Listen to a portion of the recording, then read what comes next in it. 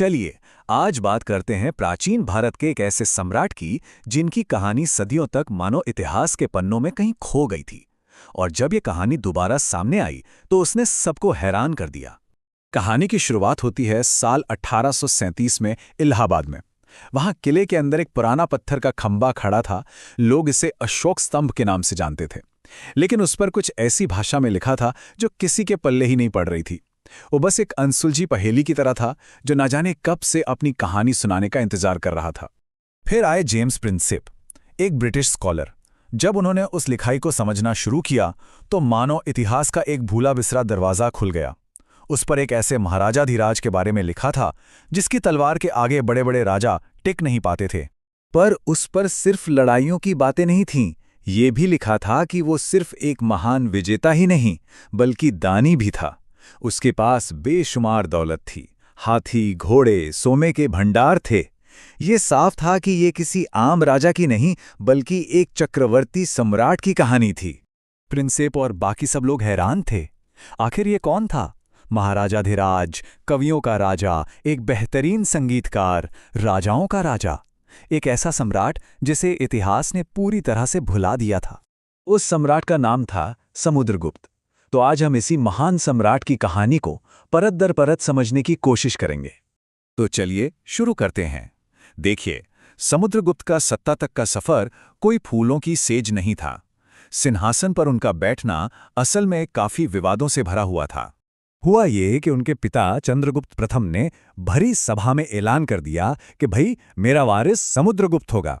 अब ये एक चौंकाने वाला फैसला था, क्योंकि उनसे बड़े बेटे भी थे और जाहिर है दरबार में मौजूद दूसरे राजकुमारों को ये बात बिल्कुल रास नहीं आई। कहते हैं उनके चेहरे उतर गए थे। तो यहाँ एक बड़ा सवाल खड़ा होता है, क्या सबने इस फैसले को चुपचाप मान लिया या फिर किसी ने इसे चुनौती दी? इतिहास के सबूत हमें एक रहस्य की तरफ ले जाते हैं और यहीं पर कहानी में एक ट्विस्ट आता है। हमें कुछ सिक्के मिले हैं जिन पर काच नाम के एक राजा का जिक्र है। अब इतिहासकार इस पर बटे हुए हैं। एक थ्योरी कहती है कि यह शायद समुद्रगुप्त का बड़ा भाई था जिसने बगावत कर दी थी, और दूसरी थ्योरी कि काच कोई और नहीं बल्कि खुद समुद्रगुप्त का ही शुरुआती नाम था। सच क्या है, ये आज भी एक पहेली है। खैर, समुद्रगुप्त को इतिहास इस बात के लिए याद नहीं करता कि उन्हें गद्दी कैसे मिली, बल्कि इस बात के लिए कि गद्दी पर बैठने के बाद उन्होंने क्या कर दिखाया। उनकी असली जीनियस उनकी 4 हिस्सों वाली ग्रैंड स्ट्रैटेजी में दिखती है। समुद्रगुप्त सिर्फ तलवार के दम पर नहीं लड़ते थे, वो दिमाग से लड़ते थे। उनकी स्ट्रैटेजी हर इलाके के हिसाब से बदल जाती थी। उत्तर भारत के लिए अलग पॉलिसी, दक्षिण के लिए अलग, जंगली इलाकों के लिए अलग और अपनी सीमाओं को सुरक्षित रखने के लिए तो बिल्कुल ही अलग चाल थी। उत्तर भारत यानी अपने घर के पास उनकी पॉलिसी एकदम साफ थी, प्रसबुद्धरण। इसका मतलब था जड़ से उखाड़ फेंको और अपने में मिला लो। उन्होंने यहाँ के 9 राजाओं को हराया और उनके राज्यों को सीधे अपने साम्राज्य का हिस्सा बना लिया। मकसद था अपने साम्राज्य के दिल को पूरी तरह से मजबूत करना। लेकिन दक्षिण भारत के लिए उनकी चाल बिल्कुल अलग थी। इसे कहते हैं ग्रहण मोक्ष अनुग्रह। मतलब पहले जीतो, फिर दुश्मन को आज़ाद कर दो और फिर उसका राज्य उसे वापस लौटा दो, लेकिन अपनी शर्तों पर। उन्होंने दक्षिण के 12 राजाओं को हराया पर उनका राज्य नहीं छीना। वो जानते थे कि इतनी दूर से सीधे राज करना मुश्किल है, तो उन्होंने उन्हें अपना दोस्त बना लिया जो उन्हें टैक्स भेजते रहे।